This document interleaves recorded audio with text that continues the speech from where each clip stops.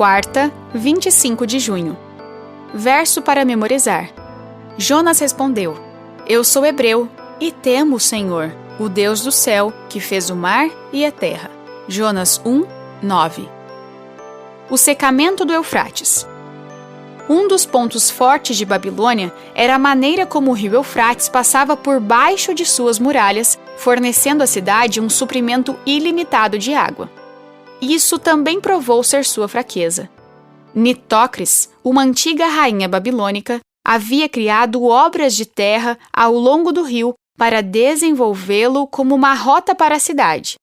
E, no processo, desviou o rio para um pântano, permitindo que as equipes trabalhassem confortavelmente. Ciro percebeu que poderia fazer a mesma coisa, secando o Eufrates o suficiente para que pudesse marchar confortavelmente com suas tropas sob o muro.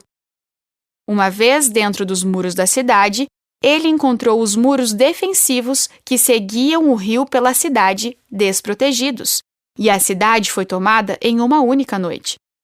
O antigo historiador grego Heródoto relata que, abre aspas, aqueles que viviam no centro de Babilônia não tinham ideia de que os subúrbios haviam caído, pois era uma época de festival e todos estavam dançando e se entregando aos prazeres. Fecha aspas. Pode haver alguma dúvida de que essa é a mesma festa descrita em Daniel 5?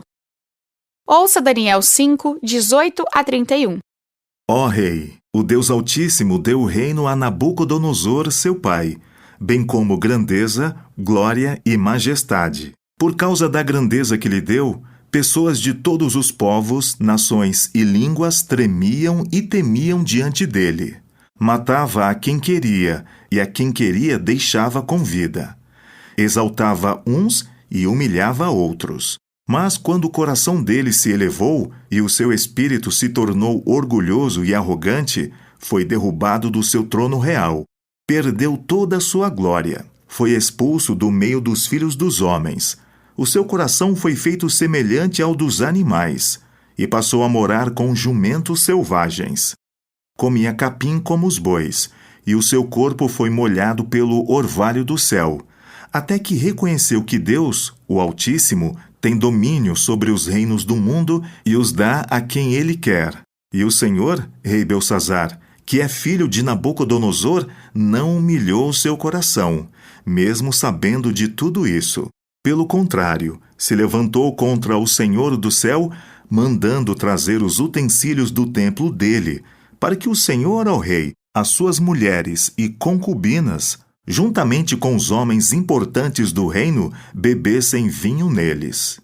Além disso, o Senhor deu louvores aos deuses de prata, de ouro, de bronze, de ferro, de madeira e de pedra, que não veem, não ouvem e não sabem nada.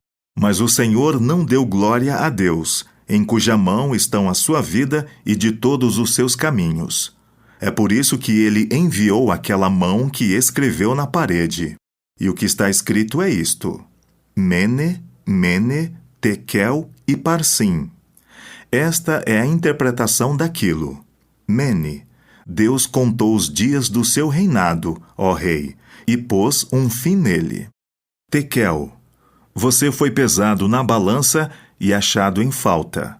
Pérez, o seu reino foi dividido e entregue aos medos e aos persas.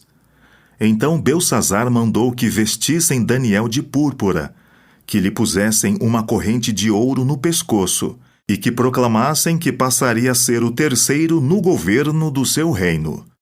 Naquela mesma noite, Belsazzar, rei dos caldeus, foi morto, e Dário o Medo se apoderou do reino, quando tinha mais ou menos 62 anos de idade.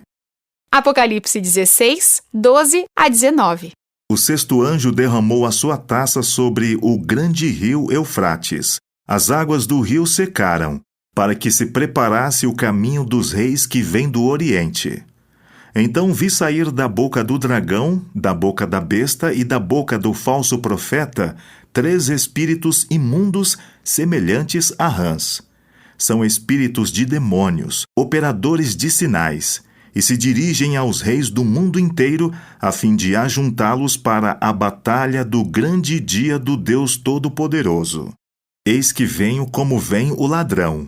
Bem-aventurado aquele que vigia e guarda suas vestes, para que não ande nu e não se veja a sua vergonha. Então ajuntaram os reis no lugar que em hebraico se chama Armagedon. Então o sétimo anjo derramou a sua taça pelo ar, e uma voz forte saiu do santuário, do lado do trono, dizendo: Está feito. E sobrevieram relâmpagos, vozes e trovões. E ocorreu um grande terremoto, como nunca houve igual desde que há gente sobre a terra. Tal foi o terremoto, forte e grande. E a grande cidade se dividiu em 3 partes, e caíram as cidades das nações. E Deus se lembrou da grande Babilônia, para dar-lhe o cálice do vinho do furor da sua ira. Pergunta 4. Que paralelos você encontra entre as últimas pragas do Apocalipse e a história da queda de Babilônia? Ao explicar como discernir os sinais dos tempos, Jesus advertiu seus discípulos: Portanto, vigiem, porque vocês não sabem em que dia virá o Senhor de vocês.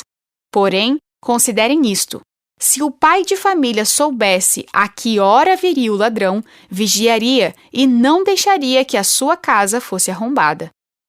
Assim como na queda de Babilônia, o súbito aparecimento de Cristo tomará a Babilônia moderna de surpresa. No entanto, não precisa ser assim conosco. Recebemos amplas evidências da breve volta de Jesus em inúmeras profecias detalhadas. O mundo não será pego de surpresa apenas porque ignora o que Deus previu. Ficará surpreso porque escolheu não acreditar no que ele disse que aconteceria. Ouça Apocalipse 16:15. Eis que venho como vem o ladrão. Bem-aventurado aquele que vigia e guarda suas vestes, para que não ande nu e não se veja a sua vergonha. Em meio a essas advertências sobre o fim dos tempos, que mensagem do Evangelho é encontrada nesse texto? O que significa não andar nu